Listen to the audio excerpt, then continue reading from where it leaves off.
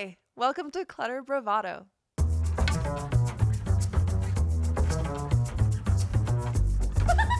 Yes, and it's the energy. It's not just about the stuff. So we should probably just get into it, right? Let's go. Good afternoon, Laurent. Oh, good afternoon, Elyse. How are you? I'm very well, thank you. It's cloudy right now. It is cloudy. My energy is low. Yeah, and I don't know if it's. I'm just exhausted. You've been really busy lately. You've had a lot going on. Come on. No, yeah, I've done a lot. But Chloe was here this weekend, so that was really cool. That was really fun. Yeah. She cracks me up. She has such a sense of humor, just like a mom. It was a really big event that she was behind planning, and she was working her butt Butt off. off. So we are going to shout out Chloe for being a badass. A badass. And still kicking ass. making us laugh after 17-hour days. So that was fun. Then working at the workshop quite a bit. So that's been fun. Yeah. And trying to sell furniture and in what feels like the end times. But honestly, not all the time. You still have some really reliable clients and people I'm that have been lucky. coming I'm to you, lucky so that you've stayed busy. I'm lucky that I have many clients that have been with us for a long time. So Yeah. shout out to all my supporters because all our supporters because they're cool. Yeah. Yeah. And in terms of design, Eric Lindstrom that opened up his showroom in the Island area, and Coup d'etat is moving from West Hollywood to that same area. Nice.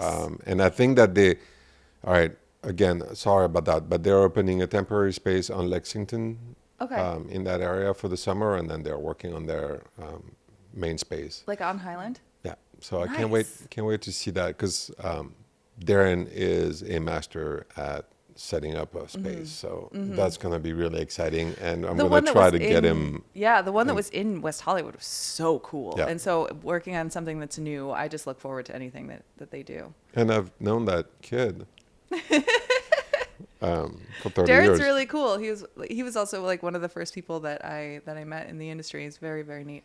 And then Joe Fuji just announced that the event that she spearheads is happening. Yeah, the West Hollywood Design District yeah, event. Yeah. Yeah. What are the dates for that again? We're ways away, but September 29th to October 3rd, I think. Nice. So Nice. We'll do more for that event. Yeah. For sure. We'll definitely be involved in that. Last year was awesome, and so I know that this year is going to be just incredible. I think it's going to be good. Yeah. And and it's cool when events happen in LA. I went to a Pucci event. Again, don't quote me. I think it was last week. It could be 2 weeks ago. But it was well attended. Saw some really cool friends. It was nice to be out. Yeah.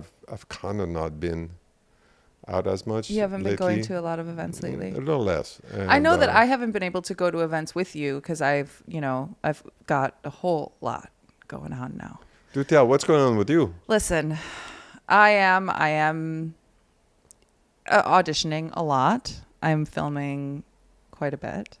And actually, I do have an announcement that on Friday, I'm going to be heading up to the Camarillo sort of Oxnard area to CSU Channel Islands. Don't giggle. When you CSU say Channel Oxnard, Islands. Listen, it's a school that I didn't know Green card. I didn't know it existed. Right. Okay, I didn't know that it was a place. I didn't know it was a school, but apparently it's a really good school. It's very small, and they have a film department, and the film program there. They're putting on a film festival. I got to act in one of the films, and I'm so excited about it. It was a fun weekend, and it was a great team, and I really loved working with them. I really did. It was really nice to be on set with strangers. I've done a lot of things with my friends lately, but yeah, this was just getting to know brand new people, like people that are like new in the industry and that are just so passionate about it. And so their films are going to be screening this Friday, And I'll put a little link to the event if anyone's interested in coming. But it's going to be really cool. It'll be really fun. And getting to walk a little red carpet, And see myself on the big screen. On the big screen. That's going to be exciting. Yeah, I'm very excited about that. I'm taking classes 2 days a week now, 2 different courses. You're doing the Alexander technique with me, which is very exciting. It's very, very fun. I think I need it. I mean, we just started, but the first class is very meditative, very conscious and aware of your body, which I'm absolutely not. So it was a revelation that, like, be aware of your head, you know, so your head weighs like between 10 and 15 pounds. Not 15. Or 14, I It's don't know, 10 13. and 12. Okay, well, fine. Now I can't stop thinking about the weight of my head. I had no idea. It's like, what that is? I'm like, I don't know. I mean, 3 pounds, you know, I have a small brain. But since they've been showing us that, I'm like, what? My head. You're just aware of your head all the time. I'm aware of my head. I wonder how it's going to progress. If you're going to suddenly be like so aware of your shoulders next. Possibly.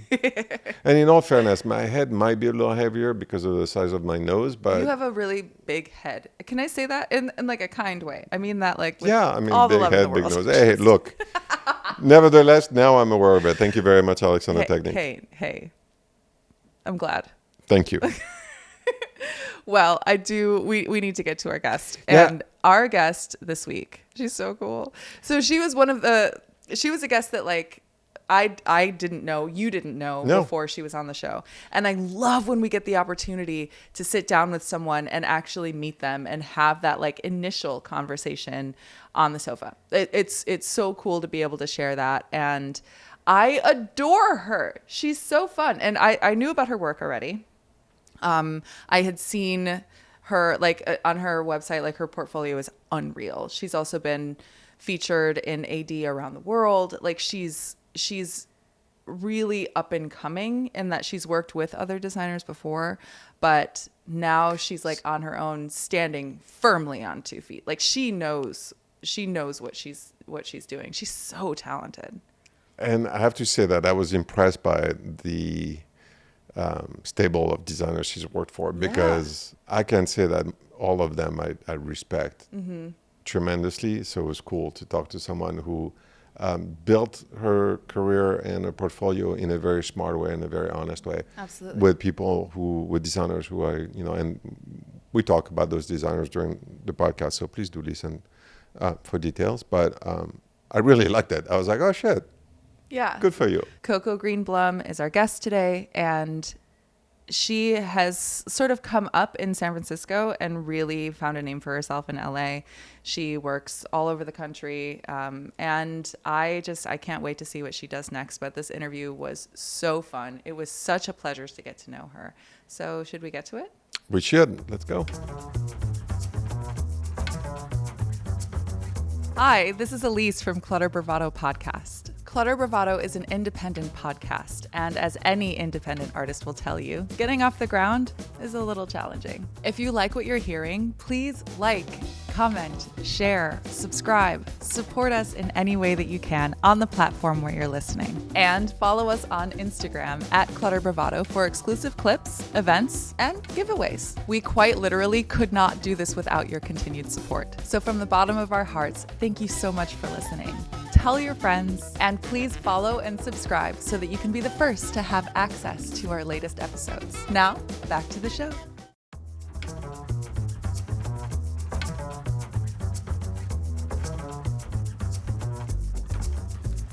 Welcome to Clutter Bravado. We are here with Coco Greenblum. Hi. Hi, thank you for having me. I am so happy that I get to meet you today, and we get to meet you here live on the podcast. It's amazing. Spectacular. I'm so happy to be here. Thank you. Yeah, and I am familiar with your work, though, because I have seen it sort of pop up. There are a few of your spaces that you've worked on that are kind of legendary a little bit. Oh my gosh, like they're so really, nice. really special. So you've been featured in AD Italia, in AD, is it Polska? Mm-hmm. Yes, and a handful of other publications, and you've also been featured as Luxe's 2026 Next. Yes. Yeah, so Yes. that's huge. Yes, it was the coolest thing to ever happen to me. So I was very, very excited about that. Yes. Yes, and I'm excited to talk a little bit more about who you've been working with for your career and the influences that you've had, because you've worked with some of the greats, you know, designers that people who know nothing about design know about, you know. So first, how are you doing? I'm good. I'm so excited to be here. This is such a lovely space, and I'm just really happy. So thank you. Oh, yeah. fantastic. Yeah, and coming here from Santa Monica wasn't Yes. too bad today. No, honestly, 35 minutes record time. That's incredible. incredible. It was wonderful. Yeah. That's unheard of, yeah. actually. Yeah. I know. We'll have to remember that you come from Santa Monica, because you will be invited only on Saturday for dinner. Because usually, you know, there have been times where we've done parties on Thursday or Friday, and unfortunately, Coming from Santa Monica, coming from Santa Monica, it's just not fun. you might as well take a flight, I know. honestly. Sometimes it's worth it. I mean, I Yeah. don't mind driving an hour and a half to an amazing design party in LA. You know, like I do it weekly. So Yeah. I don't Yeah. mind it really. I listen to your Podcast. podcast. And Yeah, exactly. So, do you have clients sort of all over the LA area? And you're also, do you still have clients in San Francisco? I do. I would say 50-50 of my projects are out of state versus in California, Okay. which is kind of amazing. Yeah. I have 2 in Boston, 1 in Texas, 2 in San Francisco, and 2 here. Oh, wow. So I'm kind of Okay. all over. Yeah. But it's really nice. I get to travel back home to Texas, and I'm doing my cousin's house in Dallas, which has been such a wonderful experience. Oh, cool. It's an older cousin who I've never lived in Dallas. I'm from Austin, but it's such a special relationship, the designer and client, but also when it's family. So it's been really wonderful. Wow. So you grew up. Let's start from the beginning for Yes. me. Perfect. So you grew up in Texas, Yes, Austin, Austin, and then went to school in. University of Georgia, Wow. which is about an hour from Atlanta. Yeah. When did you lose your accent? I really never had one. I say y'all all the time. Okay. Oh, I also okay. do I that, say but like I'm from mountain Wisconsin. and things so- like that. But people from Austin really don't have thick accents. I've come to find some of my Okay. family in like Texarkana or Dallas have them, but I really never had one. But thank you Oh, for the question. yeah. I get asked that question all the time because I'm from Wisconsin, and we notably have a pretty strong accent. And I think that I may have lost mine immediately as soon as I got to Los Angeles. Yeah, like me. Yeah. Laurent never lost his accent. How long have you been in California now? Oh, there's a God here. But the two of you do have something in common, which is that you did a lot of work in San Francisco. So before, or when you first got here, you mentioned that you worked with Kendall Wilkinson when you were interning. So I tell me about that did. experience. Yes, that was my second formal interior design internship. I interned for Betty Lou Phillips in Dallas, and then I wanted to intern for a firm in Texas and California to see what felt best. And of course, California felt best. Yeah. But I interned for Kendall, I think between my sophomore and junior year of college. And my sister was living in San Francisco at the time, so I lived like in her closet basically with her Basically. now husband. And it was just a great experience. It almost felt like, you know, a California, New York in a way. All my friends went to New York for internships, and I was the only one that went to SF. And San Francisco is just so European feeling, I think, for the U.S., and all the buildings are so different. And so not only did I have just a great experience with Kendall, but also just a new city and a place where I didn't know anyone, and I was kind of forced to go outside of my comfort zone. And I really got to shadow a lot of the senior designers and go to the SF Design Center and pull things on my own for the first time and go to her amazing projects all around the city. And I also did some work at her home, and it was just great. Everyone there was so kind and so lovely and just really wanted to teach me. And I thought it was just a really lovely thing for such an incredible principal and senior designers to really take the time and teach this random girl from Texas. So it was really nice. Yeah, I mean, that's something that we hear a lot from designers, especially in San Francisco and in Los Angeles, that the community is so important, that like really fostering relationships and no one's going to ice you out, you know, that it's not as competitive in the way that there's enough work to go around and everyone wants somebody else to succeed. You know, you bring up Definitely. the person that's coming up behind you. So I'm glad that you had that experience. Yeah, it was wonderful. Yeah. Yeah. So you mentioned a little bit of like the European influence in San Francisco, and in your work, there is a lot of European influence. Have you done any travel abroad, and like what cities or what places really inspired you? Yeah, I was really lucky growing up. My dad really valued the art of travel, and instead of giving us material goods, for presents, he would take us on trips. And my grandparents are from Laredo, Texas, and always traveled abroad, and their home had a huge influence on me. There was things from Russia, from Spain, from France, and all these different styles and profiles mixing into one home just makes it more interesting and more lived in and collected. And so we actually, as a family, lived in Europe one summer for 8 weeks. My dad took us to South Africa, and that's a whole different architecture and history that comes along with it. So I've never thought about that in my projects, actually. Thank you for saying that. But there's definitely been an influence, and I think that's why I loved San Francisco so much, is because you can also tell that it's just so not American.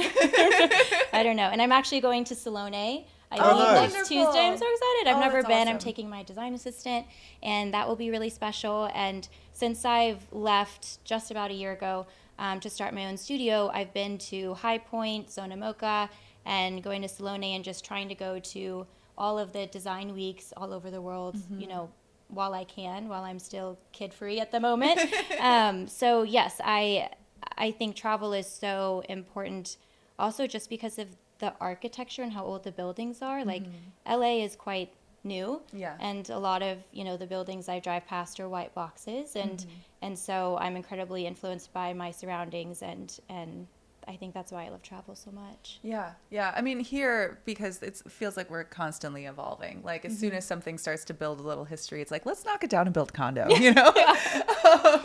But yeah, I feel like I can definitely feel it in your work that there is a historical influence, that there's something that like means more than just like, oh, this looks nice for right now. Like, that's so nice. It's really that's intended like the to nicest like. Thing anyone's ever said. It's intended to be lived in for a long time. You have a very timeless style, and I really appreciate that. So going back to more of your influences, you worked with Ken Falk. I did. Yes. In the Bay Area? In the Bay Area for 4 years. Yeah. So wow. Big fan of Ken Falk here. We are on this podcast. Yeah, we love Ken. Yeah, so tell me about your experience. How did you With Ken. How did you connect with him? And oh gosh. So I had sent my portfolio and resume to the studio, I think 2 years prior to me starting to work for him. I was working for Paul Wiseman at the time. Yeah. And when I had sent my portfolio and design deck to Ken's studio, they weren't hiring at the time. And I ended up working with Paul, who is so amazing and one of my favorite human beings I've ever met. And I loved, my experience with him. But after about 6 months of working for Paul, Ken's studio had reached out, and I said, I've only been at this studio for 6 months, and I'm having a great time. I don't feel comfortable leaving. And we had, emailed back and forth for like almost 8 months, Ken's studio and I. And, I said this before on a different podcast. I was like, I felt like I was cheating, like, you know what I mean? Because it's not that anything, I had loved where I was at the time, and so I wasn't ready to move. But I think, Ken's aesthetic is so interesting, and it attracts a different clientele. And there's also a lot of commercial work, which I had never done, which I thought it'd be important for me to be a part of. And so after a year with the Wiseman Group, I decided to move on to Ken's studio, and it was such an incredible experience. It was also during COVID, which was also its own crazy thing, but I worked on a ton of commercial projects. I led a big residential project, and it was just an entire material palette that I wasn't familiar with. Like fringe, I never used fringe. I never used tassel, and now like I dreamt about tassel. And so it was just different. And like the saturation of the palettes was so interesting. And I think coming, from Paul, which is very cozy Californian and neutral and cool tone, and then I'm like, whoa, and now I'm in this whole other world. Yeah. And it was pivotal for me as a young designer, and I learned so much from him and my senior at the time. And I worked on, like I said, a lot of commercial, which is a very different client relationship. also there's, 10 clients on one commercial project Right. because there's the owner, the investor, all of the things. And so it was just, yeah, it was fabulous. And also just being a part of Ken's world in SF. Like, I feel like he's like Mr. San Francisco, you know what I Yeah, mean? very much Definitely. so. And Yeah. so we got to go to a lot of parties, and the church, the Art Society, was an amazing venue. And so I was just exposed to a lot of incredible things, and a lot of vendors would come specifically to San Francisco to present their product. And so it was just an amazing learning experience. Yeah. Yeah. And so you were with him for 4 years. Mm-hmm. Wow. So you got a really great, fast track into like really digging into his style, which it sounds really fascinating. Yes. And that was, that was the longest studio that I was at, actually. And I've been at 5. I was at 5. Okay. So, yeah, I was there for a long time. Wow. What's wow. fun is that you had like so many different influences, because Kendall couldn't be more different than the other two. Paul obviously was, and two of them are two of my oldest clients. It's Aw, so it's I love fun to. But Paul's office is, they're all fantastic Wonderful. there. Such professionals. Yes. And then the crazy world of Ken. Falk, Yes. or the magical, I guess, world of The magical world of Ken Falk. Yes. Yeah. Yeah, the they call the magical. office the Magic Factory, and I'm like, well, it wasn't magic. I was like, blood, sweat, and tears, really. But, Right, exactly. but yes, we can call it magic if that's what you want to call it. We can fake it. Yes. But yeah, that's a lot of influences for you that are that's great. But that's What not an even it, because education. you also worked with Jeremiah Brent. I did. Yeah. Yes. Yes. So that was the last studio I was at before I went off on my own. And I was with Jer for almost 3 years. And then that's when I decided to leave about last March. Okay.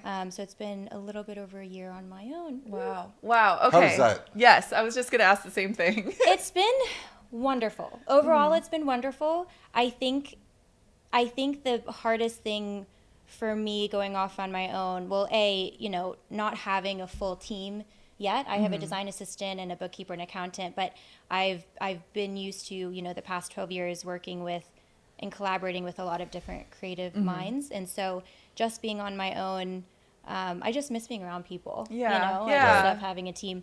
And then B, I think the clients obviously are different, but a lot of my clients have never worked with designers before. Oh, wow. There are a lot of young couples and young families. And so it's also been, part educating them on why things are so expensive and why things have lead time and why a lot of product comes in damaged. And, there's just so many things that they weren't aware of, especially costs and tariffs and freight and markup and all of the things. So I think it's, I've been very, very lucky working with such lovely clients my first year, but it is, I'm also trying to teach them and get them to appreciate the value of furniture. There's a lot to that, when you think about being a designer, if you're not in the industry, you're like, oh, you just like are picking out pillows and sofas, and there is so much education that you have to do for your clients so that they can really understand what the process is, because it's not just like going online and picking out a couple of things like this could be cool. It's really working and building relationships with vendors and like allowing the lead times to happen, knowing that these things are the cost that they are because they're going to last you forever, and really caring about the quality of that. And it's great too that you had the experience of working with these other designers in the beginning of your career, because that gives you also like so much more knowledge that you can share with the clients. Definitely. So if you are working with or if there's a client potentially that is someone who's looking for a designer who's listening to this right now, what are like 3 things that you want them to know going into hiring a designer? I think lead times. Okay.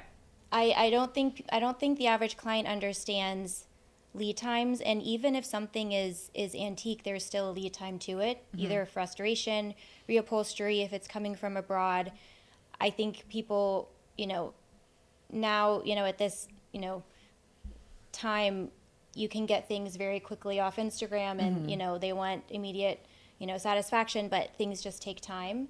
And so I think just understanding that, and again, going back to pricing, like shit's expensive, no matter if it's even from Crate and Barrel, things are incredibly expensive. And then, if you're reupholstering something, the COM cost, the freight cost, the labor cost, and another transportation to get it to the warehouse or to site. So there's just a lot of costs associated with even one product. And so I think just understanding the value of furniture and antiques, and a lot of the time, antique doesn't have to mean expensive. Sometimes a case piece from the 1940s is the same cost as a new piece made of veneer from Pottery Barn. Yeah. So I'm also trying to push clients to understand, things made of solid wood are going to last you longer. And I also love the look of something aging with the family in the home. Like, I don't want every piece in the house to look perfect. I want it to feel lived in and comfortable and have a sense of history. And so trying to explain that to a client as well. And then I guess 3, color. I think at the beginning of my career, so I graduated from college in 2014. Okay. But I think back then, like, the white kitchen was really popular, and like all the linen, linen tones and neutrals were very popular, and I just have always been attracted to color and really strong hues, and how, contrast can work through color and materiality. And so I really try to push for an interesting palette. And I send a big questionnaire to the client and their family at the very beginning of a project, because I want to understand color-wise what they're attracted to and what they're not. And I really value like color theory and why that's so important. And so so all of my projects are very colorful, but color to me is still like a brown is a color to me, like a Merlot is a color to me. So I try to understand the client early on color-wise, to see what makes sense, but I do try to push them in terms of saturation, and try to get them a little bit outside of their comfort zone. And then, of course, we scale back. Yeah. That must be interesting. And for clients, the first coat of paint does not count.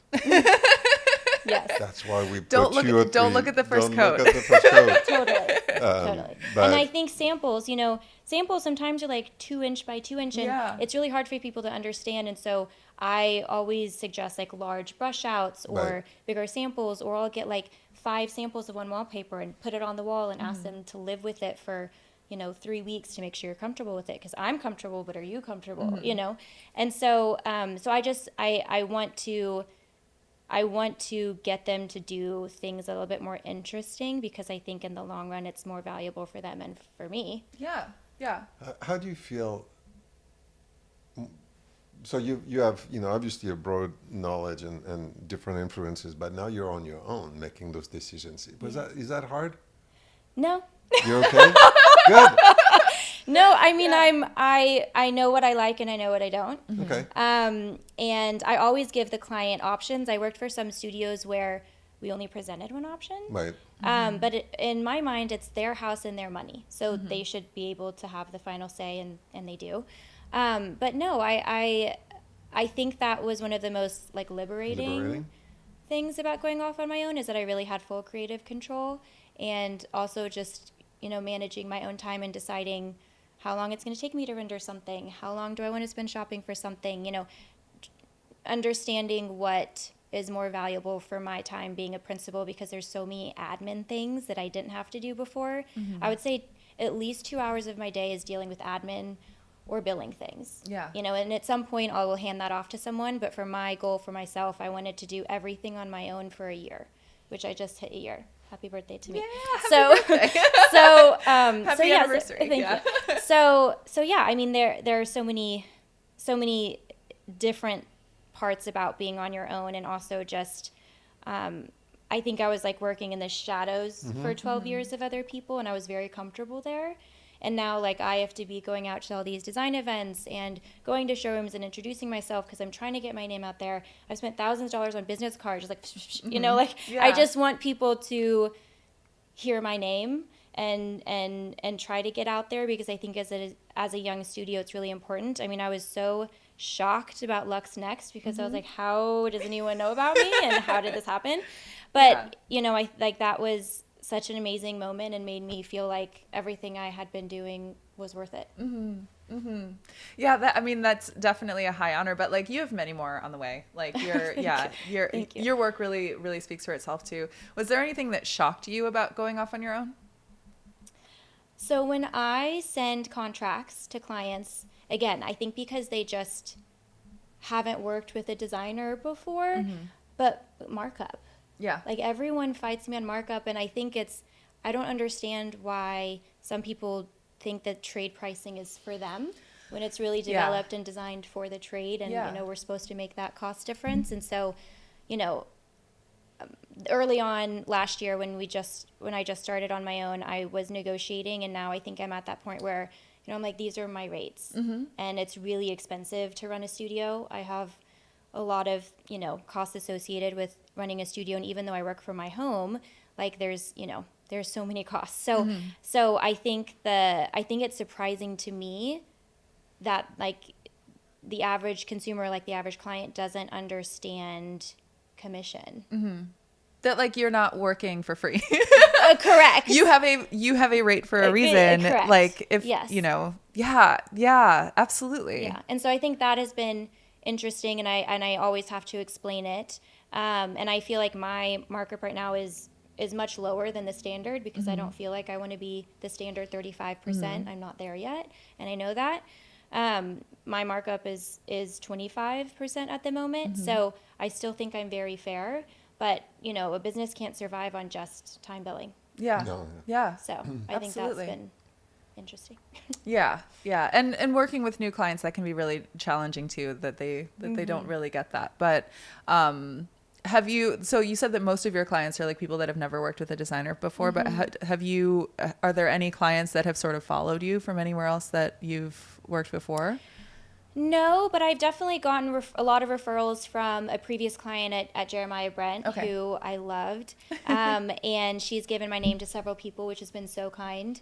And it's been a lot of a word of mouth. And before I officially left Jer's studio, I was networking a lot because I didn't feel, you know, financially comfortable or ready to leave a studio without projects lined up. And so I was doing a lot of networking, you know, on the side, just trying to like have my studio get ready to go off on its own.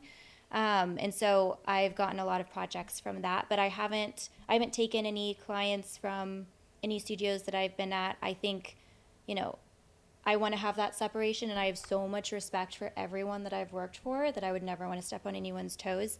I did have one client ask, you know, if I would do things for her, and I politely said no because I just respect my principals too much, and I want to have a good relationship with them always. Yeah. Yeah, and you have also have worked with some really, really nice people. So it's I think Lovely, it's like it's a literally the smart- loveliest, most wonderful people. The first studio that I worked at right out of school was Emily Summers in Dallas, and she was my design idol, and I still can't believe I got the opportunity to work for her. In my eyes, she was the first woman in the South to truly do contemporary work.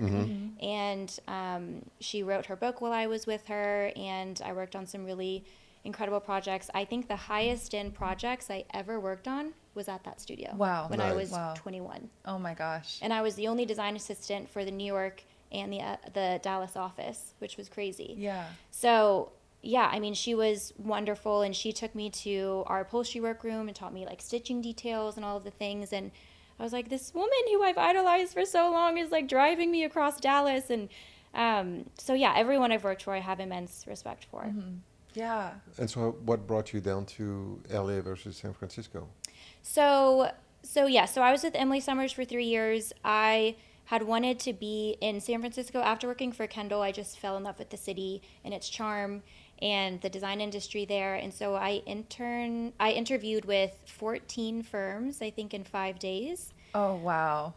And which was honestly like the most fun week of my life. It was I love interviewing just because you get to meet all these incredible people and you get to walk into their spaces, also see how everything is organized. Like I thought it was fabulous. And I ended up getting my first job in San Francisco with Lauren Jeremiah, if you know who that is. So I was with her my first year in SF. And I really was never interested in LA at that time. I never expected to be in Los Angeles. I'm like shook that I'm even like here right now. But I don't know. I never thought about LA in that way. I knew the design community and all the right clients are here. But I think because I had been in SF, I really was just focused on that. And I was kind of toying, with the idea of maybe going to New York. But I love California, and I love, the outdoors and the more space, and so that's where I put all of my time and energy to get a job there. And I was in SF for total, I think, 6.5 years before coming to LA. And the only reason I landed in LA is because I got a wonderful opportunity with Jeremiah. Okay. I've never thought I would work and live here. Wow. Ever. Wow. This was never on your radar. No, and now I'm like, I'm never leaving. I was about to ask, like, what is your read on being in LA so far? Like, I'm in love with the city. Yeah. And I think my husband fell in love with it immediately. It took me a little bit longer, but I think just because of what we do, there's so many creatives here and everyone is so nice. And even just through Instagram, me stalking like my design crushes and like reaching out to people, and everyone's been so warm and kind, and I've just made such a great community here in all the showrooms. I love all my reps, and there's always events happening. There's always a party at a showroom or at a house, and so I've just been exposed to so many wonderful people, and the city, it's like 10 cities in one. It is. Yeah. And so Right. every weekend I feel like I'm exploring something new. Like last weekend I went to Silver Lake with a friend, and I went to a bunch of different places I didn't even know existed. Just driving by, I'm like, oh my God, what is everything? There's just so much here. Yeah. And I think the biggest difference between LA and SF is just how expansive the city is. And I think SF offers its own things, but it is rather small. Oh, it's Like 7 by, yeah. it's a very It's very 7 small by 7, city. right. And of course, you have all the surrounding areas, which I love and explored all the time. But I didn't have a car when I was in SF. Okay. I didn't have a car for okay. 6.5 years. Oh, wow. Smart, but yeah. So we didn't need one. I mean, with Bart and the bus, Right. and then with Ken, I had 2 of my big projects were in Healdsburg, and so I would rent a car, and expense it every Wednesday, and I was like driving across the bridge, and it was amazing. But I didn't need a car there, and so here, obviously, you can't live without a car, and I live in my car. But I don't mind it, because when I'm driving through a neighborhood, I'm somewhere new. Yeah. I'm always somewhere new. Yeah. Right. And I think for me, that's so exciting. Yeah. Did you have like one moment when you were new here that you were like, oh, I really love it here? Like, do you remember what the thing was? Yes, I do. I got a little cruiser bike with a little basket on Facebook Marketplace. And my second week here, I biked by myself on the boardwalk, and I was like, I feel like I'm on a movie set. And that was really lovely. And I was facing Malibu, so I could see all the mountains, and there people were playing volleyball. And I was like, WTF, this is amazing.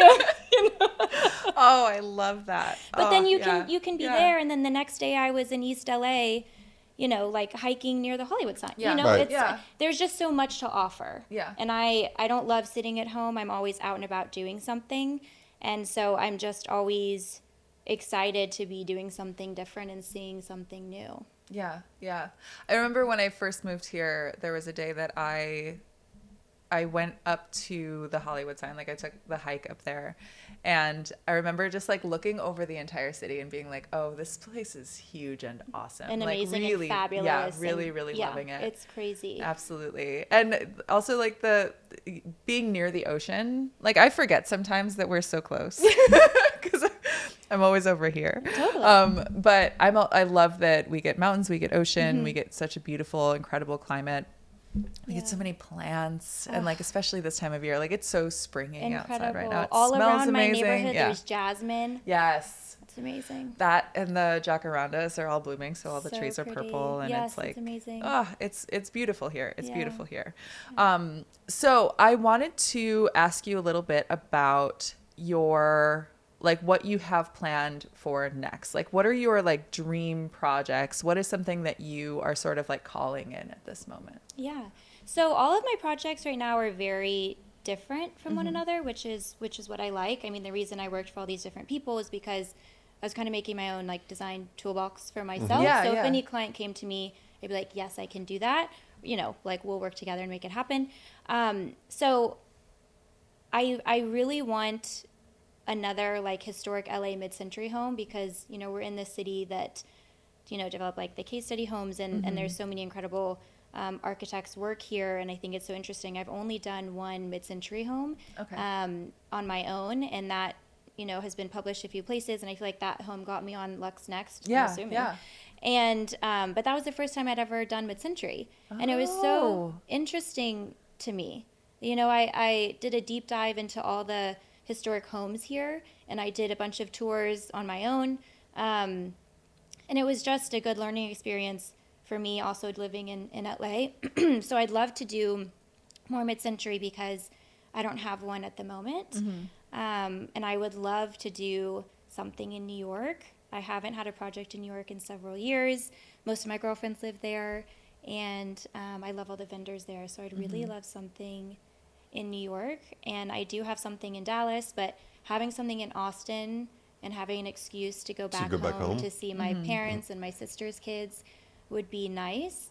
But I'm not going in the summer. Any other time of the year. But yeah, I love having projects all over. Yeah. Having that sort of like spread out, you're always in a different city. And also you get different inspiration, different feels from each place too. I had never been in Boston before this year, and now I've been 5 times because I have two projects there that are not even like associated with each other. And I'm obsessed with that city. Yeah. It's so pretty. Yeah. And the architecture there is really stunning. It's really interesting. But that flight is long. Yeah. It is. And that's I actually took that, what was it, in July. I took that flight, and it is long. I was like, am I in Paris? Or like, why is this taking so long? But it was amazing. Yeah. But I think starting a family, it makes more sense for the studio to have more work in LA, just so I don't have to be traveling as much next year.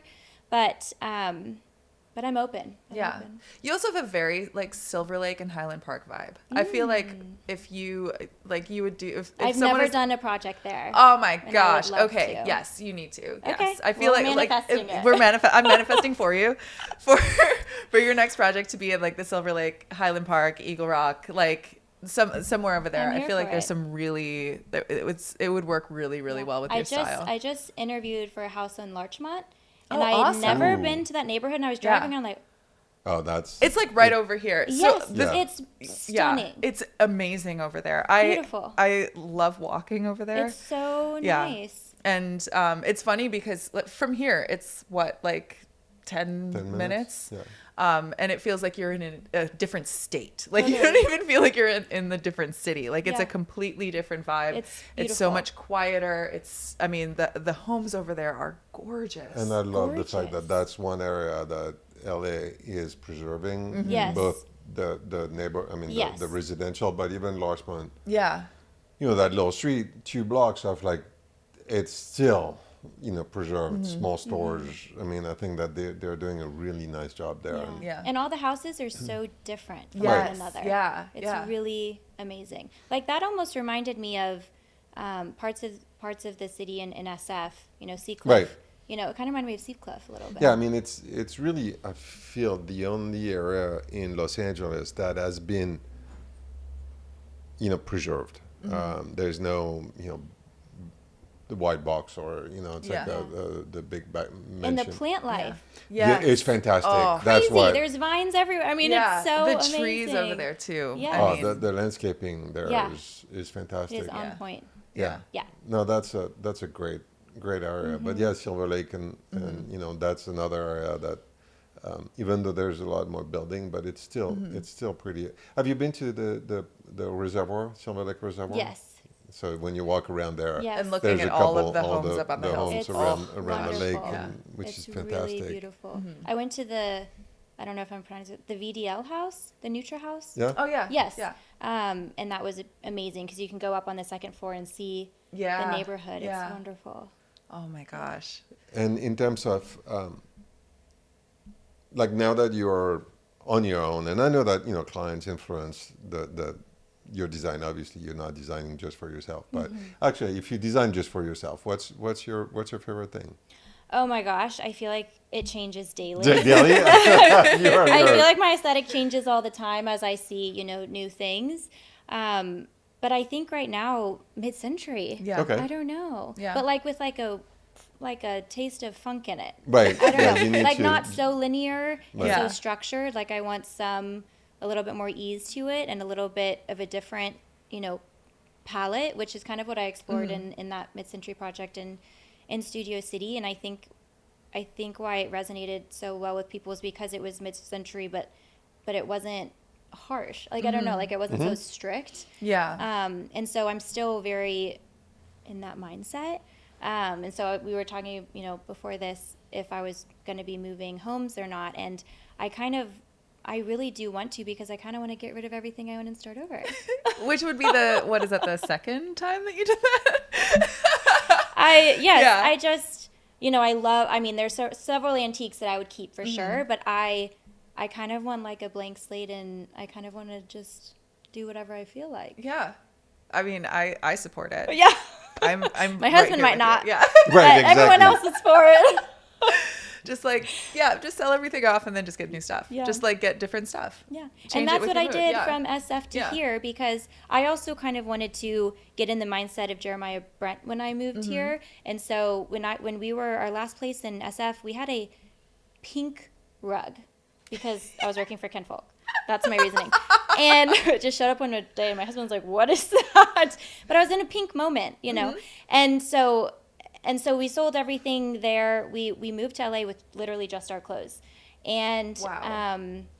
and so we started over, and so my home now is very neutral, cozy, antiques, natural materials, a lot of wood, because I was trying to mentally prepare, for stepping into this role with Jeremiah that's very neutral, but very sophisticated. And so I was trying to develop that in my own way. And so now, since I'm on my own, I'm like, well, I can do crazy shit. No one's going to say anything. So I kind of want to do that. Yeah. I support it. Thank you. 100%. Thank you. Yeah. I love that. What's your favorite antique show in LA? Antique shop, not show. Amsterdam Modern. Okay. Den. Love Den. There's so many. Obsolete. Shout out to Ray. Yeah. Yeah. He knows everybody. We need to have Ray on that podcast. Oh, we should. Yeah. Oh, that's right. That's right. That would be amazing. We've talked to him about it so many 10 times. times. We have to get him on here. Yeah. We just have to drag him in. I'll go pick him up. But yeah, that space is amazing. Stunning. Yeah, it's really beautiful really there. pretty. Yeah. There are a handful of things that I just completely fell in love with that I still think about from the first time that I went there. And Ken, we sourced a lot from Obsolete. Oh, It's wow, very yeah. his vibe. Yeah. So we sourced a lot from there. And then when I moved here, I finally was able to go in person. And then they're like, "Oh, we have like a warehouse, near Inglewood." And I was like, "What?" And then I drove over there and mind blown. And they were like, they had just accepted a container. They were inspecting everything and photographing it. And so I kind of like stood and watched. And they were probably like, "Who is this creep in the corner?" But it was so amazing. Yeah. It was really cool. Yeah. Good. Oh, wow. And because you use a lot of antiques in your I do. work, I so- try to do at least 50-50, Wow. which is pretty high. Yeah. Is it too high? I don't know. No, it's No, it's great. not. No, not at all. I mean, if you look around this space, it's It's not quite anymore. Not quite but 50, I, no. I mean, I used to be 80-20. Now I'm 80-20 the other way. Yeah. But I love antiques. Yeah. Yeah. And I think it depends on the client. But I try to do minimum 50-50 mix. wow. Yeah. Yeah. Yeah, that's so cool. I love getting to know you. You're so Oh my fun. And I also this is for our listeners that have been following us for a long time. I would like to make the announcement that I made lunch today. So I'm making lunch. Normally we have our French chef over here who's doing it, and you're vegetarian, so I was like, I got this. You could have had with me. Would have had 2 carrots, 2 raw carrots. Vegetarian. Maybe like I one- know. Maybe like 1 potato. No, One- but one yeah, potato. no, I really went for it today, but we're going to get to that. So to close out, there are 3 questions that I ask all of our guests. So are you familiar with what these are? Yes. Yes. Did you prepare? I thought about it. Okay. First question is, what is the messiest place in your home? So I'm very organized. Everything has its own place. But as I mentioned, I'm working from home now. So I've taken over the dining room. Okay. So, our linen closet and bar are now my sample libraries. And so there are things popping out all over the place and, now kind of into our kitchen. And so I would consider that the messiest just because of the palettes, and I want everything out when I'm sourcing. So I would say that space in my home, but it's still relatively organized. Okay. Okay. Yeah. I feel like that is a very good, very safe answer. Mm-hmm. I mean, and it makes a lot of sense. Like when you have such like a structured, like way of working, but then you also just have so much stuff. Like there's no way. So much stuff. So much stuff. Yeah. Okay. I Life love is it. going to change when you add a little one in the middle of all that. Well, that's why I'm like, we need to move. You need to move. Yeah. Yep. I agree. Yeah. Hobby Starting need over. that. You need like Over. 2 more rooms. Yeah. Yeah. Because otherwise, the dining room is going to be just, I you know, know. playpen, I know. samples. I know. It's going to be crazy. Yeah, I feel like all my samples like also are my children in a way. I feel like they're all just going to like hang out together. But also it'll help your little one to get interested in design early, just like Yeah. They'll, you know, in 30 years, I'll be, well, I was chewing on Pierre Frey samples.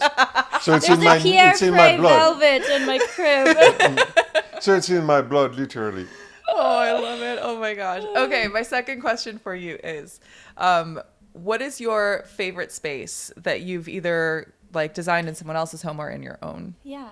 So, and I know I'm probably supposed to like promote my own studio's work, but when I was with Jeremiah Brent, I was leading a project in Montecito, and there's a bar off of the dining room, and it is my favorite space I've ever been in and designed. Oh, wow. And it's just such an interesting mix of materials.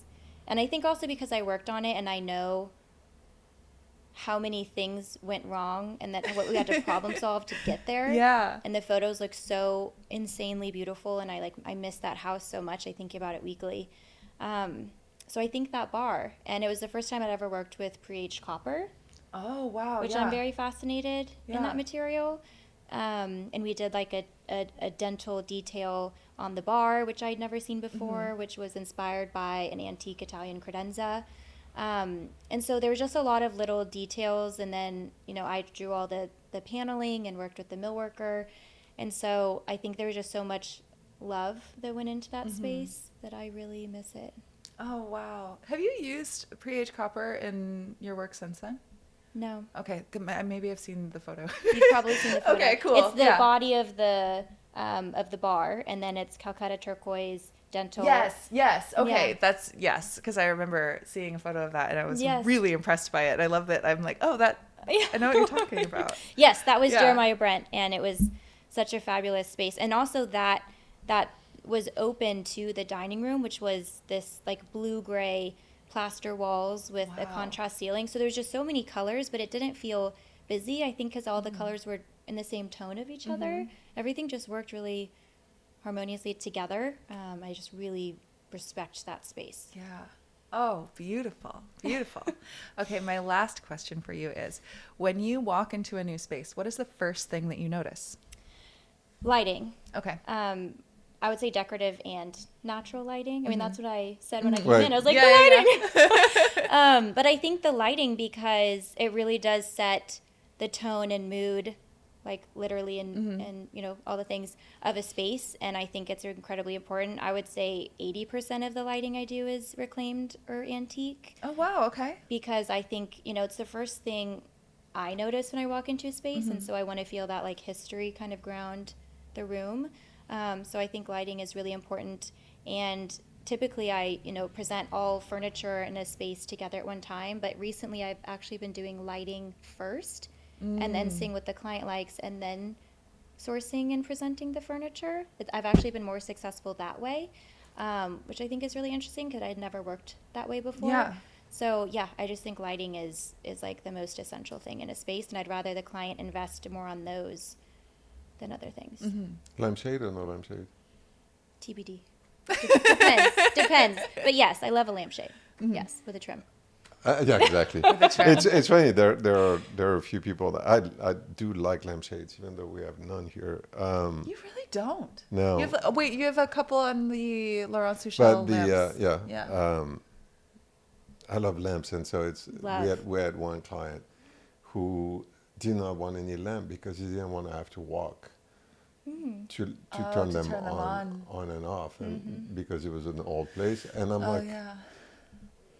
that's where I'm old school. I'm like, there's a certain amount of like, it's like you walk through your house and you turn off your light and you go to sleep. And I don't know, there's a little trip through your house when you have something like that. But he was just like, didn't want Nope. it. Interesting. Wow. no light that can be turned off from the bedroom. Put it on a All off. clapper. It'll be fine. Actually, you know what I found? I was actually at an install for Jeremiah Brent, and we were doing these table lamps at the same project in Montecito, and it was an existing marble table that we weren't going to like drill holes through for the wiring and things, and Jared loves lamps. And we ended up finding these LED bulbs that you could screw into like an Edison or candelabra base and has a remote. Oh. And so you can get rid of the cords. Oh, brilliant. Yeah. Brilliant. Wow. Wow. Amazon. You can buy them on Amazon. It's changed my life. Oh life my will gosh. never be the same. Oh my gosh. I am still incandescent and I'm getting I to know. candles. Yeah. I'm big even candle like guy. I'm even regressing. I'm like I want candles everywhere. So I'm a dinosaur.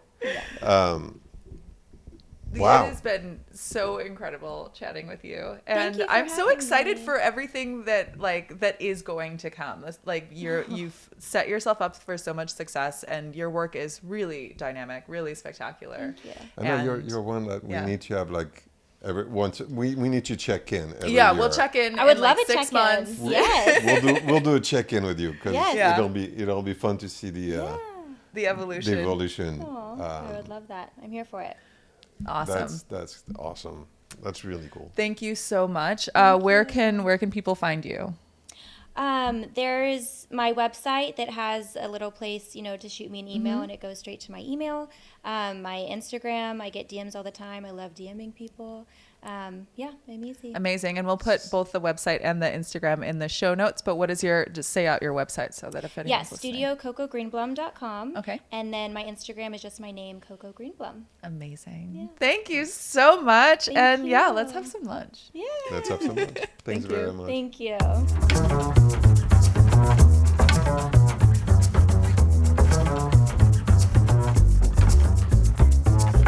Clutter Bravado is filmed on location at the Kimberly Denman Showroom in Los Angeles, California. For inquiries about our furniture, a directory of our guests, or just to reach out with questions or comments, email us at clutterbravado@gmail.com. And don't forget to follow us on Instagram at Clutter Bravado. Thank you.